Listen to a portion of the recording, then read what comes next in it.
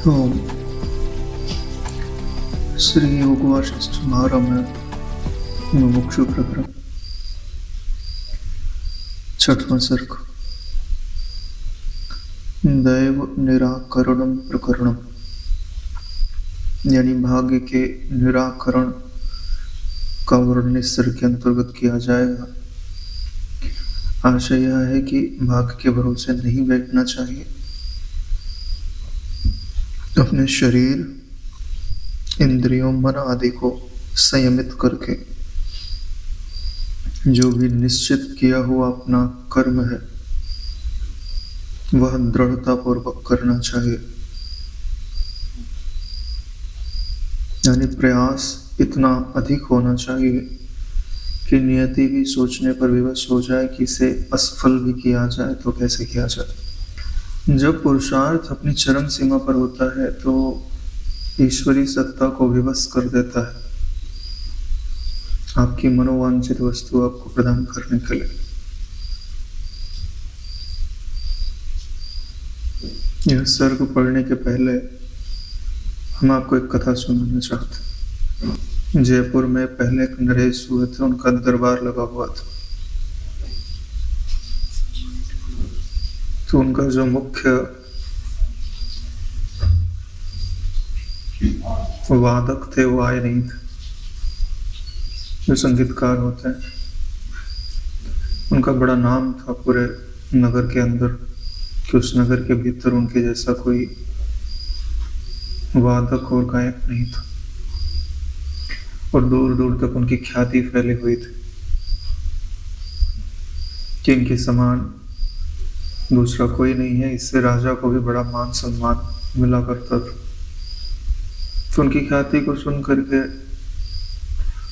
किसी बहुत दूर प्रदेश के एक वादक, जिन्हें अपनी विद्या पर बड़ा अभिमान था, वो उस दरबार में आए और उनके हाथ में एक नवीन प्रकार का वाद्य यंत्र था।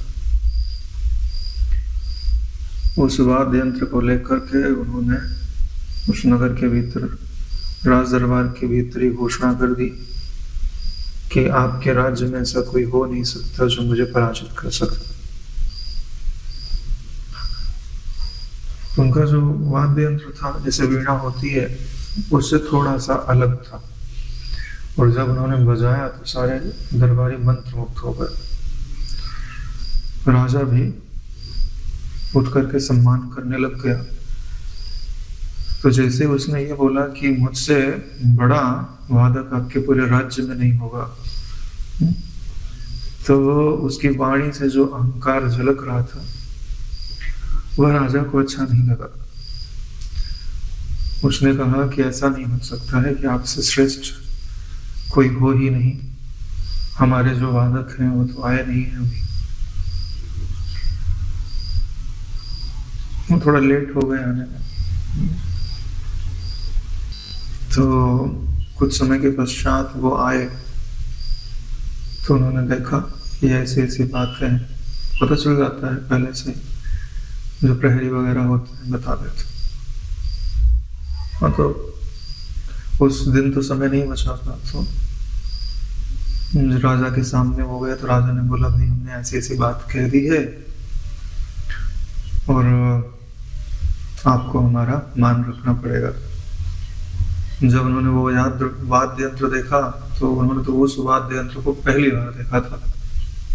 ऐसा तो उन्होंने वाद्य यंत्र ही नहीं देखा। भाई कोई तबला बजाया तो तबला बजा के उसको पराजित किया जा सकता है, ऐसे तो नहीं पराजित किया जा सकता। उन्होंने तो वाद्य यंत्र ही पहली बार देखा था। तो उन्होंने बोला कि ठीक है, कल प्रतियोगिता करते हैं, सिर्फ 24 घंटे का अंतर है। उन्होंने वो वाद्य यंत्र पहली बार देखा। घटित घटना बता रहा हूं। लेकिन उन्हें अपनी एकाग्रता पर, अपने पुरुषार्थ पर या अपने इष्ट पर भरोसा था कि कुछ ना कुछ तो कर ही लेना। तो गए फिर बढ़ई के पास, उन्होंने बताया कि भाई ऐसे ऐसे तो होता है और ये ऐसे ऐसे बना दो। उसने वीणा वगैरह बनाता था, जो भी मॉडिफिकेशन उन्होंने देखा था, बताया, तो उसने लगभग बना ही दिया। तो ऐसा करते करते तो भाई एक प्रहर तो निकल ही गया। फिर रात के 9 बज गए। घर पहुंचते पहुंचते तो और शाम हो गई। तो उन्होंने खाया पिया कुछ नहीं, संध्या वंदन किया और वो लेकर के अपने रूम में बैठ गए। अब खूब शांत होकर के उसको जैसा भी बजाने का प्रयास करते हैं, राग आदि के साथ उसका प्रयास करने लग गए। कुछ समय ही नहीं, लेकिन वो जैसे जैसे असफल होते गए वैसे वैसे असफलता के साथ लोग विक्षेपित होने लगते। असफलता के साथ वो और एकाग्र होते गए।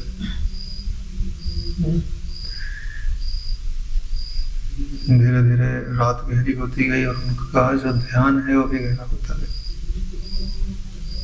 जो उनकी उंगलियां हैं कभी इधर कभी उधर उस तार पे गूंजती रही। और सुबह होते होते पता नहीं कैसे कि वह जो लय है वो उन्होंने उस वाद्य यंत्र पर प्राप्त कर लिया। इसमें उनके जो इष्ट देवी हैं, क्योंकि जो भी ऐसे संगीत आदि होते हैं माता सरस्वती की वंदना करते हैं। तो जब वो पूरी तरह उस प्रयास में खो गए तो अपनी इष्ट जो देवी है उनसे एकाकारता प्राप्त कर ली। और जैसे ही सुबह का सूरज उदित हुआ, ठीक वैसे ही वो जो विद्या है वो प्रकाशित हो गई।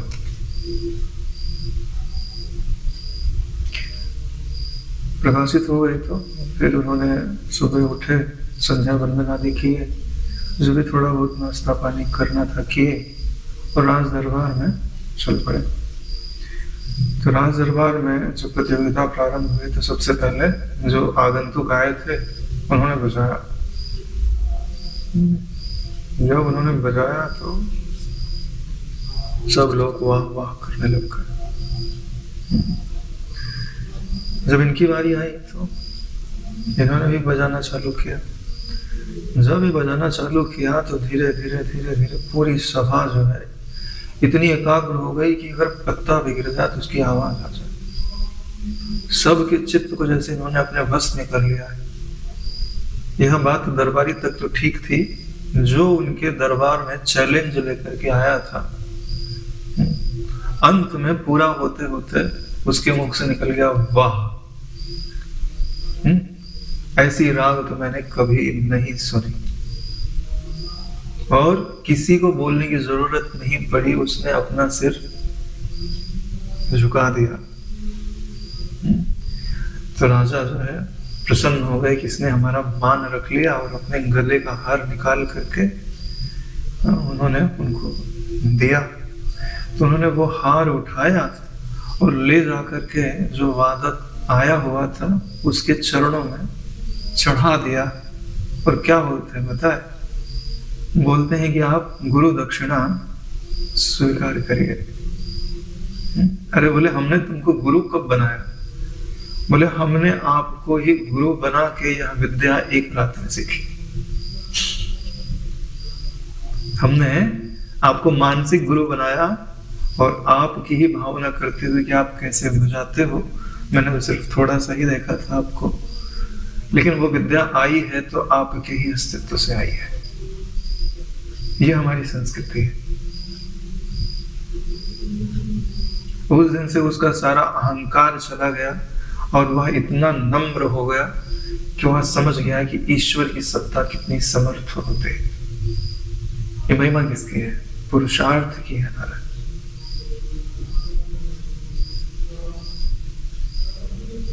पुरुषार्थ इतनी जबरदस्त चीज है कि उस मामले में आपको अद्वितीय बना सकते हैं। तानसेन थे, हाँ जितने सारे सिंगर हैं, लेकिन उनके तो 10% के बराबर भी नहीं।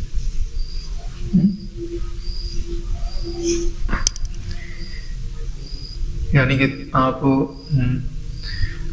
कोई राग गाओ और बारिश होने लगे, राग गाओ और दीपक जल जाए, राग गाओ और पत्थर पिघल जाए, हीरा गले में इसका मतलब समझ रहे हो कि आप उस ईश्वरी सत्ता से एकाकार हो रहे हैं जो सबको नियंत्रित करती है, क्योंकि आपका जो प्रभाव है उस चेतना तक पहुंच गया है जो इस जगत में परिवर्तन करने का सामर्थ्य रखते हैं। यानी रागों के द्वारा पृथ्वी तत्व पे से जुड़ा जा सकता है, जल तत्व से जुड़ा जा सकता है, उसमें परिवर्तन किया जा सकता है, अग्नि तत्व से जुड़ा जा सकता है, उसमें परिवर्तन किया जा सकता है। ऐसे ही एक ऋषि थे, उन्होंने बताया था कि जो वीणा बजाने में सिद्धस्थ हो जाता है वह बहुत ही जल्दी अपने मन को लय करने में भी सिद्धस्थ हो जाता है, क्योंकि उसकी तरंगें ही ऐसी होती हैं। हाँ, तो ये बातें सब पुरुषार्थ की बात है, अभ्यास की बात है। इसलिए यह सर्ग प्रारंभ करने के पहले ये बात हमने आपको बताई है कि पुरुषार्थ के अंदर सामर्थ्य कितनी है नारायण। वशिष्ठ जी ने कहा कि इस कारण पौरुष से अलग देव नाम की कोई वस्तु नहीं है। अगर वो मान लेते जो होगा सो होगा, प्रयास नहीं करते तो कुछ घटित थोड़ी ना होता। अब एकलव्य को देख लो, अगर वो देव के आश्रित रहता तो इतना बड़ा धनुर्धर तो नहीं हो सकता। पूर्व जन्म कृत पौरुष ही देव है, यानी पिछले जन्म में जो अभी आपने अभ्यास किया है और उसके कारण जो आपको अभी गिफ्ट के रूप में अनुभव में आता है, उसे भाग्य मत समझो, उसे पुरुषार्थ ही समझो। ऐसे ही जो पहले के योगी आदि होते हैं, इस समय थोड़े समय के लिए ध्यान में बैठेंगे और समाधि लग जाएगी। तो क्या भाग्य के कारण समाधि लग रही है? भाग्य के कारण नहीं, पुरुषार्थ के कारण लग रही है, भले पुरुषार्थ पहले का ही क्यों ना किया हुआ हो। अतः मैं देव अधीन हूँ, स्वतंत्र नहीं हूँ, ऐसा विचार त्याग कर जगत से अपना उद्धार जीव को सत्संगति एवं शास्त्र अभ्यास से स्वयं ही करना चाहिए। अगर आप ये मान लेंगे कि देवताओं ने मुझे बंधन में डाला है, तो आप कभी स्वतंत्र हो ही नहीं सकते। उन्होंने डाला है तो आप उनसे समर्थ तो हो ही नहीं, तब तो आप सदैव परतंत्र रहोगे, सदैव दुखी रहोगे, सदैव बंधन में रहोगे। लेकिन ये बंधन जो है वो काल्पनिक है, वास्तविक नहीं है। बंधन समझते हो, शरीर से जुड़ाव का नाम है बंधन है। शरीर से जुड़ना छोड़ दो, अब भी कोई दुख नहीं है। शरीर में पीड़ा है, एक वो दुख है, मन के अंदर चिंता है, दूसरा दुख वो है, बुद्धि के अंदर मोह है, तीसरा दुख हो, तीन ही तो दुख होते हैं। और कोई दुख है? भाई शरीर स्वस्थ हो, मन प्रसन्न हो और बुद्धि में जगमग जगमग स्वरूप का ज्ञान जगमगाता हो, तो कोई दुख है? कोई दुख नहीं है ना। तीन ही दुख होते। और तीनों का कारण क्या? देह अध्यास, देह से जुड़ाव। देह से जुड़ाव खत्म कैसे होता है? तत्व ज्ञान समझे और फिर तत्व से तदात्म्य कर ले। जैसे देह से तदात्म्य किया है, ऐसे तत्व से तदात्म्य कर ले। तत्व से तदात्म्य का नाम ही ध्यान है, क्योंकि उसमें तदात्म्य किया नहीं जाता। हाँ, तदात्म्य हो किया जाता है, वो तत्व तो तुम हो ही। यह तदात्म्य छोड़ते ही और अल्प मात्र उसकी भावना करते ही आप वही हो जाते। थोड़ी सी भावना लगती है, क्योंकि बिना भावना के प्रकाश नहीं होता। इसलिए कह रहे हैं सत्संगति और शास्त्र का अभ्यास करते हुए बुद्धि को सूक्ष्म बनाइए। सूक्ष्म बुद्धि के द्वारा भगवत भाव को, आत्म भाव को, ब्रह्म भाव को दृढ़ करिए। उसके साथ विश्राम पाई हो गया, दृढ़ हो जाएगा। फिर जैसे भी व्यक्ति भाव पक्का है, वैसे फिर ब्रह्म भाव पक्का हो जाएगा। जैसा प्रयत्न होगा वैसा ही शीघ्र फल प्राप्त होता है। इसी को पौरुष और या इसी को देव भी कहते हैं। देव और पौरुष में कोई भी भेद नहीं होता। जैसे दुख के समय में दुख से हर कष्ट, हा कष्ट ऐसा बोला जाता है, ऐसे ही हा कष्ट इसका पर्यायवाची उसी अर्थ का अन्य शब्द हा देव भी है। ऐसा भी तो बोलते हैं, हा कष्ट बोलते हैं या हा देव बोलते हैं कि हे देव तूने ये क्या किया, क्यों मुझे इतना दुख दिया जा रहा है। वस्तुतः वह पूर्व जन्म के पौरुष का फल पुरुषार्थ है। यानी पूर्व जन्म में जो भी आपने प्रयास किया था उसी का फल मिलता है इस जन्म में, गिफ्ट रूप में हमें अनुभव में आता है कि हमें पहले से ही प्राप्त है। जैसे कुछ लोगों की बुद्धि पहले से ही कुशल होती है और कुछ लोगों की बुद्धि पहले से ही मंद होती है। इसका कारण क्या है? पूर्व का अभ्यास। पूर्व जन्म में जिसने ज्यादा बुद्धि का परिश्रम किया है अगले जन्म में भी बुद्धि उसकी सूक्ष्म रहती है, क्योंकि ये सब सूक्ष्म शरीर में चला जाता है। यानी कि जो सबकॉन्शियस माइंड में चला जाता है वो अगले जन्म में भी जाता है। यानी जो कलना बन गई वो अगले जन्म में चली जाती है। फुरना है तो छूट जाता है, लेकिन कलना हो गई तो अगले जन्म में पहुंच ही जाती है। जिसे देव कहते हैं वह पूर्व जन्म के कर्म के स्वरूप को छोड़कर अन्य कुछ भी नहीं है। यानी देव नाम की कोई वस्तु नहीं, पूर्व जन्म का कर्म ही हमारे लिए देव है।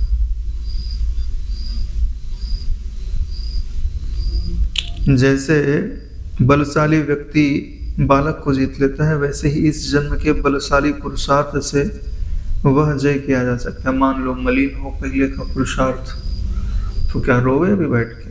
नहीं। जैसे बलवान व्यक्ति है तो बालक को आराम से जीत लेता है। ऐसे ही आज का अगर आपका प्रबल पुरुषार्थ है तो पूर्व के आप जो मलिन पुरुषार्थ है आप उसको जीत लोगे। जैसे कल का दुष्ट आचरण आज के श्रेष्ठ आचरण से सुंदर हो जाता है, वैसे ही पूर्व कर्म भी इस जन्म के कर्म से श्रेष्ठ स्थिति को प्राप्त हो जाता है।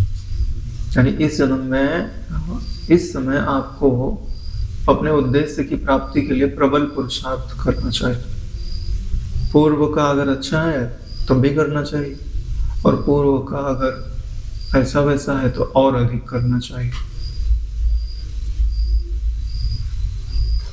जो मनुष्य विषय भोगों के लोभ में आकर पूर्वकृत कर्म रूप देव को जीतने का यत्न नहीं करते तथा सदैव देव अधीन बैठे रहते हैं, वे ही दीन है, वे ही पामर है, वे ही अज्ञानी है।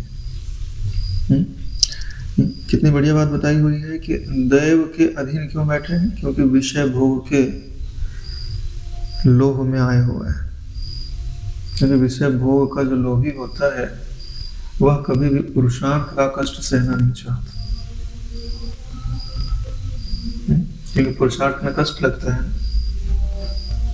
देखो, बुद्धि कभी भी नया ज्ञान सीखना नहीं चाहते, उसको नया चीज सीखने में कष्ट होता है, और मन को विषय के विपरीत में चलने में कष्ट होता है। और लेकिन कोई श्रेष्ठ वस्तु प्राप्त करनी होती है तो मन को एकाग्र करना पड़ता है, बुद्धि के द्वारा सीखना पड़ता है, तो मनुष्य को कष्ट का अनुभव होता है। प्रारंभ में होता है, बाद में आदत पड़ जाती है। जैसे एक साधारण व्यक्ति को विषय भोग की आदत होती है ना, ऐसे ही तपस्वी को तप की आदत होती है। उसका समय हो जाएगा तो ध्यान में जाकर बैठ जाएगा, उसको ध्यान नहीं अच्छा लगता, लेकिन वो कमा रहा है और वो कमा रहा है। आदत का ही तो फर्क है, आपने अपने माइंड को प्रोग्राम कैसे किया है। एक सतत उन्नत होते जाता है और एक सतत पतित होते जाता है। दोनों में अंतर किस बात का है?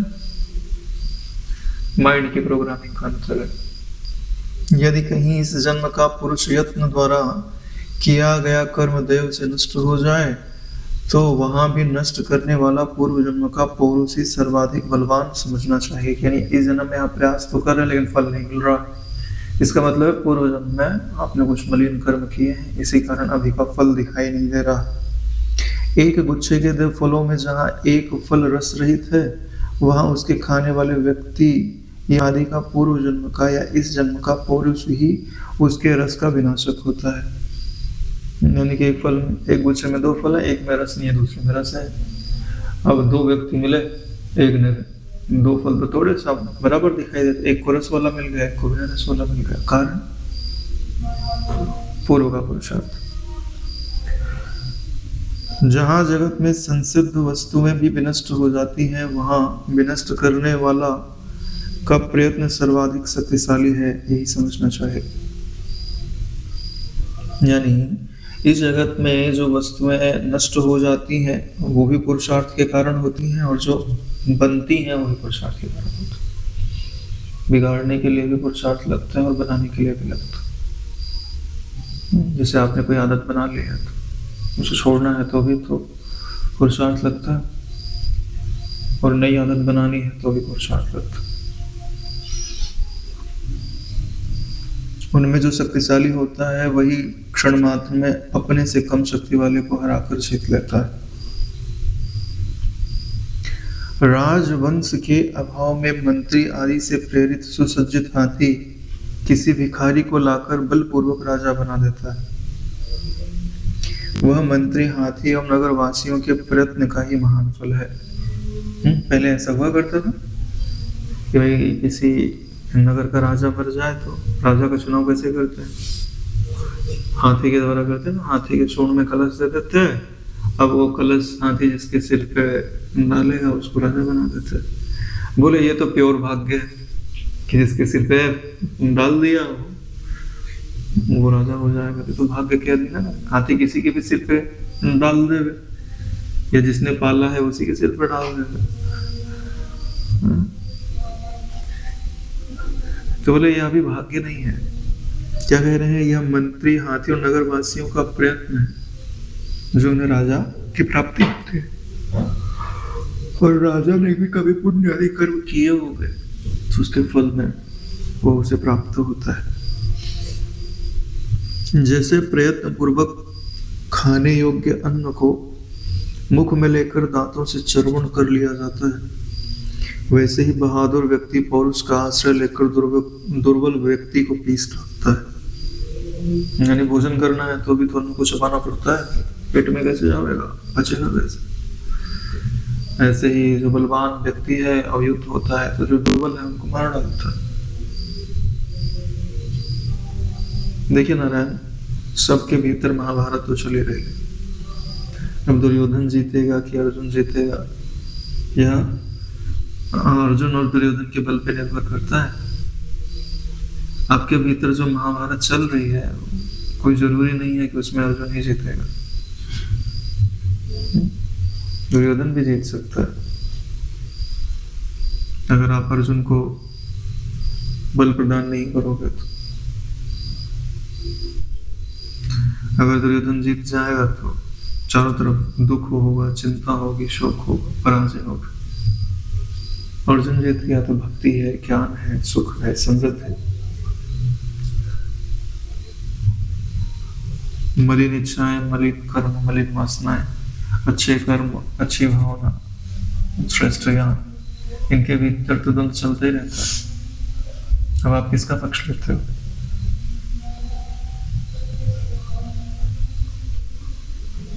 अतः पुरुषार्थी बलशाली मनुष्यों से कम शक्तिशाली मनुष्य उपयोग के अनुकूल होते हैं। इस कारण उन्हें ढेले के सदृश स्वेच्छा से कर्म में नियुक्त होते हैं। यानी कि जो बलशाली पुरुष होता है वो कम बलशाली को अपनी सेवा में लगा लेता है। असमर्थ्यम अल्प बुद्धि व्यक्ति शक्तिशाली बुद्धिमान व्यक्ति के पौरुष को चाहे दृश्य हो या अदृश्य अपने अज्ञान के कारण दैव या अदृष्ट मानता है। अब जो कमजोर है वो क्या मानेगा? अरे भाई देवता ने इसको दिया है तो ये बलवान हो गया, और स्वीकार कर लेते हैं, इसके उन्नत होने का प्रयास भी नहीं करते। उसने ऐसा स्वीकार किया कि उसके कारण हो रहा है, उसके कारण हुआ तो मतलब पुरुषार्थ छोड़ देते, अपना पुरुषार्थ छोड़ देते। बोलते नहीं गॉड गिफ्टेड है, अपन नहीं कर सकते। तो गॉड ने उनको गिफ्ट क्यों दिया, तुमको क्यों नहीं दिया? प्रयास, पूर्व का पुरुषार्थ। ये चीजें तो मैंने देखी हैं। कहते हैं कि ब्रह्मचर्य की जो परंपरा है वो भारतीय संस्कृति में, एकाग्रता की जो परंपरा है भारतीय संस्कृति में। और कोई खेल होता है तो उसमें सारी बाजी दूसरे देश के लोग मार ले जाता है, भारत के कम ही जीतते हैं। रीजन क्या है मेरे? हमको हमारी ही संस्कृति पे भरोसा नहीं है, उसके अनुसार हम अपनी जीवन शैली कहाँ बनाते। बहुत कर्मठ होते हैं दूसरे देश के लोग। जो क्रिश्चियन ने पूरी पृथ्वी पर राज्य किया तो क्यों किया? कर्मठ। जिस समय पे जो कार्य करना है वो उससे पीछे नहीं हटता। और हम थोड़ा सा सफल हो, जब तक सफल नहीं होते तब तक खूब लगे रहते। जब थोड़े से सफल हो जाते ना तो पांव फैला के आराम करते। ऐसा ही है ना, मैंने देखा है। मेरे यहाँ जो प्रोफेसर पढ़ाते थे, जब तक सिलेक्शन नहीं हुआ था मस्त शरीर सुडौल हर चीजें जो है, और जब नौकरी मिल गई तो खा पी के पेट बढ़ाते जा रहे, फिर आराम से क्लास में आना। और वही मैंने देखा क्रिश्चियन जो प्रोफेसर थे ना, टाइम टू टाइम एकदम अपना बॉडी फिट करके, और जितना टाइम एकदम एग्जैक्ट टाइम पे आ जाता। ये चीज मैंने देखी। फिर उसी से पता चलता है कि हमने गुलामी के समय में अपना जो कर्मठता है वो छोड़ दी। अब हम बिना लाभ के कुछ नहीं करते। कर्तव्य नाम की हमारे लिए कोई चीज नहीं है। चलो अभी गुरुजी आ गए, सत्संग मिल गया, थोड़े संस्कार पड़ गए, वो तो बात है। नहीं तो जैसे गवर्नमेंट अधिकारी बन जाते हैं ना, तो समझते हैं कि सब हमारे अंदर में है, चाहे हम कुछ करें चाहे ना करें, और कुछ कर देते हैं जैसे लगता है बहुत बड़ा उपकार करते हैं। हाँ, बहुत ही। तो ये चीजें मैंने देखी है, इसलिए बता रहा हूँ। सब में तो नहीं, लेकिन परसेंटेज वाइज कुछ ना कुछ तो है। वही बात बताई जा रही है कि उन्होंने पूरी पृथ्वी पे राज्य किया, तो पुरुषार्थ तो था उनका। अब इसमें जो ब्रह्मज्ञानी संत भारतीय संस्कृति में आ जाते हैं, उनके सहारे जो थोड़े बहुत साधक निकल जाते हैं, उनके अनुसार जो थोड़े बहुत लोगों में जीवन में सात्विकता आ जाती है, उसी के कारण चल रहा है। नहीं तो कब को नष्ट भ्रष्ट हो जाता। अगर संत अवतरित नहीं होते तो नष्ट हो जाती संस्कृति। क्योंकि अगर देखा जाए तो जितने देशद्रोही अपने यहाँ हुए, इतना तो कहीं नहीं हुए होंगे। हाँ, पृथ्वीराज चौहान को हराना था तो जयचंद खुद ही मोहम्मद गोरी को बुला के लेके आए, आक्रमण करो, हमारे देश के ऊपर आक्रमण करो। जहां देखो तहां भरमार है। और अंत में उसी मोहम्मद गोरी ने जयचंद को भी मारा, उसका भी राज्य छीन लिया। और इसका कारण क्या है? आध्यात्मिकता का ना होना।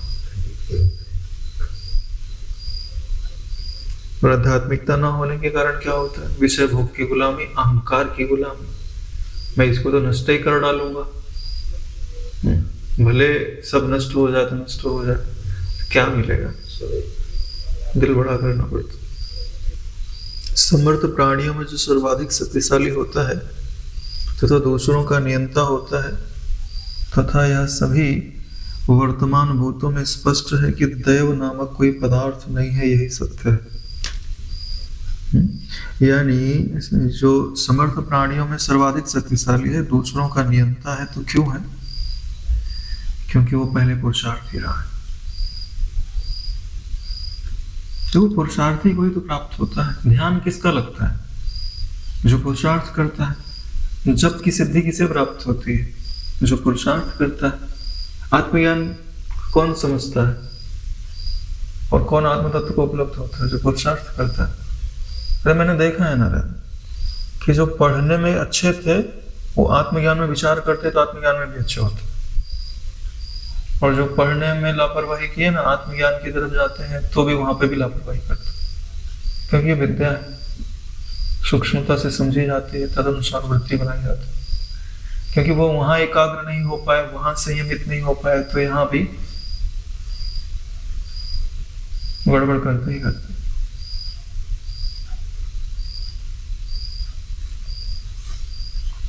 शास्त्र आमत्य हाथी एवं नगरवासियों की एक मत सहज बुद्धि भिखारी को राजा बनाने एवं राजा प्रजा की रक्षा करने वाली होती है। अथवा जहाँ कहीं सुसज्जित हाथी से भिखारी को राजा बनाया जाता है, वह भिखारी के पूर्व जन्म का प्रबल पौरुष ही उसका एकमात्र कारण है। इस जन्म में किया गया उद्वेग रहित प्रबल पौरुष स्वबल से जन्म के पौरुष पर विजयी होता है। कितना बढ़िया वर्ड लिखा हुआ है, इस जन्म का उद्वेग रहित प्रबल पौरुष।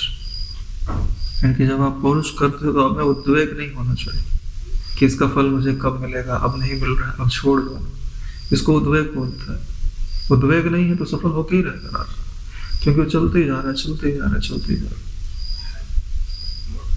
उद्वेग रहित प्रबल पौरुष। तो पूर्व का चाहे जैसा ही उसका दुर्भाग्य लिखा हो, वह उसको अवश्य टाल लेता है। पौरुष वही जयी होता है जो उद्वेग शून्य होता है। ऐहिक एवं प्राक्तन, इन दोनों पौरुषों में ऐहिक ही प्रत्यक्ष शक्तिशाली है। ऐहिक का मतलब होता है इस समय का, और प्राक्तन का मतलब होता है पहले का। तो दोनों में से अभी का जो पुरुषार्थ होगा वही शक्तिशाली होगा। जैसे पहले आपने अच्छे कर्म किए लेकिन अभी बुरे कर रहे हो, तो भैया इस समय तो तुम बुरा ही कर रहे हो ना, तो इस समय तो तुम्हारी वासना बुरी है, तुम्हारे कर्म बुरे हैं, भावना बुरी है, तो तुमको दुखी मिलने वाला है। पहले का क्या करेगा, वस्तु में दे देगा, लेकिन भाव तो बुरा है ना तुम्हारा, वासना तो बुरी। और पहले का बुरा है लेकिन इस समय अच्छा कर रहा है तो अच्छा ही मिल जाएगा ना। अड़चन आ सकती है लेकिन वो निराश नहीं होगा।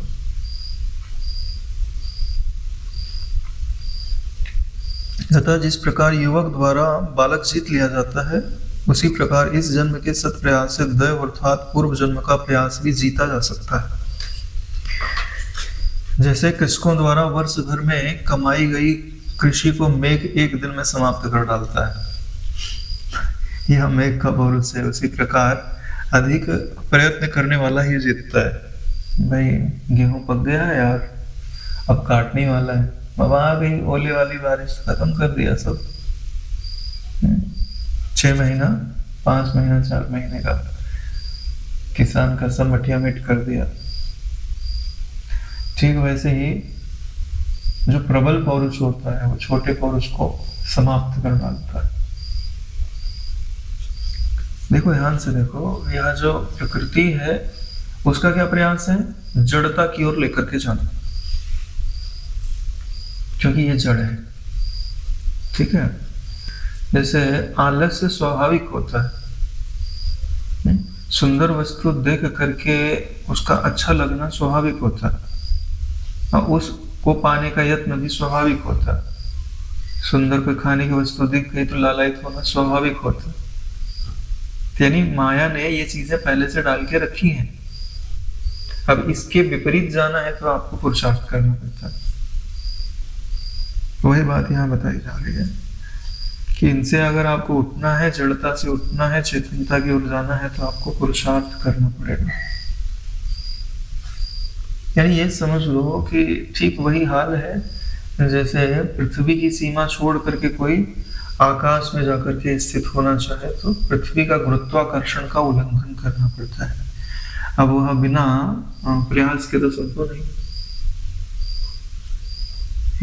तो सोचो कि रॉकेट कितना थ्रस्ट जनरेट करता होगा तब जाके इसका उल्लंघन कर पाता है। यानी इससे ज्यादा बल उसमें होना चाहिए। और बल आता कहाँ से, कंबस्टन से आता है ना। उसी कंबस्टन का नाम पुरुषार्थ है हमारा। आपके विचारों में वो बल होना चाहिए जो आपको देहाध्यास से उछाल कर ब्रह्माकाश में प्रतिष्ठित कर दे। ऐसे नहीं होता, पूरा एकदम बल लगाना पड़ता है। ये सिर्फ कहने और सुनने की बात नहीं है। जब आप शांत होकर के बैठते हो, ब्रह्म भाव करते हो, तो आपकी पूरी चेतना एकाग्र हो पा रही है कि नहीं हो पा रही। एकाग्र होगी, शरीर से सिमटेगी, शरीर को जो विषय बना रही है उसको विषय बनाना छोड़ देती है और ब्रह्म में लीन हो जाते हैं या ब्रह्म में एकाग्र हो जाते। ये बिना घटना घटे उसकी फील नहीं आती। समझ तो लोगे आप, लेकिन वो जो अनुभव की खनक है वो नहीं आती। ये पुरुषार्थ तो लगता ही। क्रम पूर्वक स्व उपार्जित धन के विनष्ट हो जाने पर खेद नहीं करना चाहिए। जहां पर अपना कुछ भी वश नहीं होता वहां खेद करना उचित नहीं है, बल्कि पुनः पुरुषार्थ करना उचित होगा। जहां आपका बल नहीं चल रहा है, नष्ट हो रहा है कुछ, तो नष्ट हो जाने दो, लेकिन डरो मत। एक बार नष्ट हो गया तो क्या हो, उसके नष्ट होने पर अपनी गलतियां भी तो नष्ट हो गई, और फिर से नई शुरुआत करेंगे, फिर से पुनः पुरुषार्थ करना चाहिए। एडिसन के बारे में नहीं आता, पूरी लैब जल गई बेचारे की। बोले इतने साल का आपका जो है, जो पेपर वेपर बनाया था, रिसर्च वो सब चल गया। बोले तो क्या हुआ, उसके साथ मेरी गलतियां भी तो जल गई। कई बार हम लोग पढ़ाई करते थे तो एग्जाम टाइम आने लग गया, उसी समय कोई अपना नोट से चुरा लेता था। जो मेहनत करके नोट्स बनाया है और उसको चुरा लिया, तो बोले अब क्या किया जाए। मेरी ज्योग्राफी के नोट्स भी चुरा ली गई थी, इसलिए मेरे को याद है। तो अगर हम दोबारा उसको बनाते हैं तो याद भी अपने आप हो जाता है, क्योंकि एक बार पढ़ा है लिखा है, तो दोबारा बनाएंगे तो और आसानी होगी ना। जो गलती किया तो वहां नहीं किया। अगर पुरुषार्थी है तो अब बैठ कर रोएगा ही तो कुछ नहीं होगा। जिस कर्म को हम नहीं कर पाते उसके लिए यदि दुखी हो तो हमने मृत्यु का विनाश नहीं किया, वह कभी ना कभी हमें अवश्य मार देगा। ऐसा चिंतन प्रत्येक दिन करके रोना चाहिए। कहने का तात्पर्य है कि भाई कोई काम कर रहे हैं हम और उसको हम कर नहीं पा रहे तो हम दुखी हो जाते हैं। अगर दुखी हो गए तो फिर वो कार्य तो सिद्ध नहीं होगा। दुखी होने से कार्य सिद्ध थोड़ी होता है, कार्य करने से सिद्ध होता है। तो आपको रोना चाहिए कि मैंने मृत्यु का वर्ण किया है, जीवन का वर्ण नहीं किया, क्योंकि मैं तो रहूंगा, मैं तो शाश्वत हूं ना। जैसे ईश्वर प्राप्ति के बगैर नहीं चल सकता, क्योंकि वो शाश्वत उपलब्धि है। बाकी नश्वर उपलब्धि नहीं भी मिलेगी तो भी चलेगा, क्योंकि जिनको मिली है वो भी कुछ समय में तुम्हारे लाइन में ही आके खड़े होने वाले हैं, क्योंकि वो भी तो छूट जाएगा। नहीं छूटेगा, छूट जाएगा ना।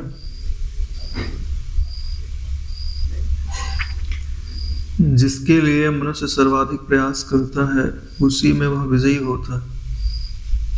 अतः सतपात्र व्यक्ति को पुरुषार्थ का आश्रय लेकर सतशास्त्रों के अभ्यास एवं सतसंगति से बुद्धि को पावन बनाकर जगत रूपी समुद्र से स्वयं का उद्धार करना चाहिए।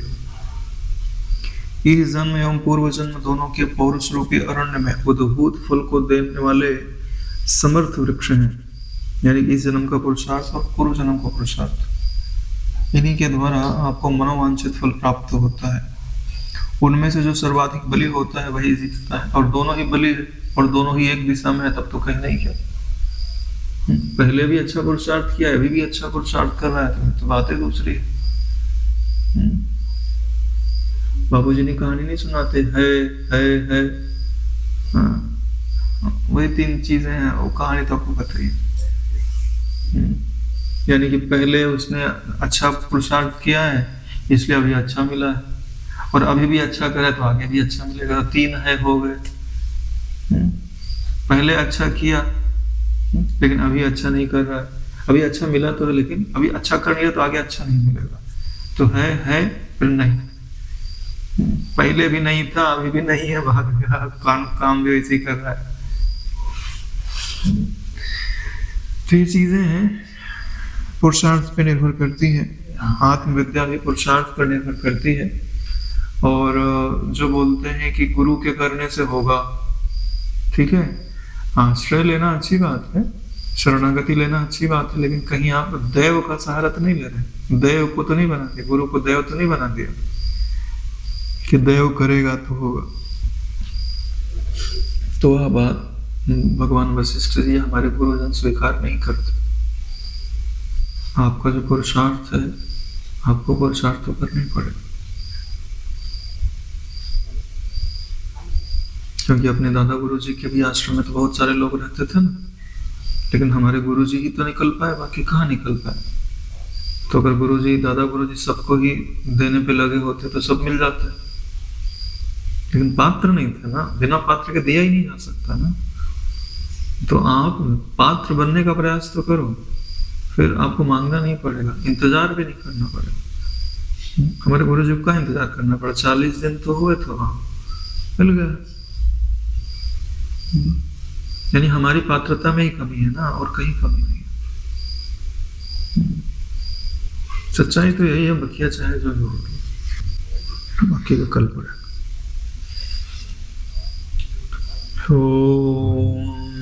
कायेन वाचा मनसेन्द्रियर्वा करोमि यद्यत् सकलं परस्मै सद्गुरुवेति समर्पयामि।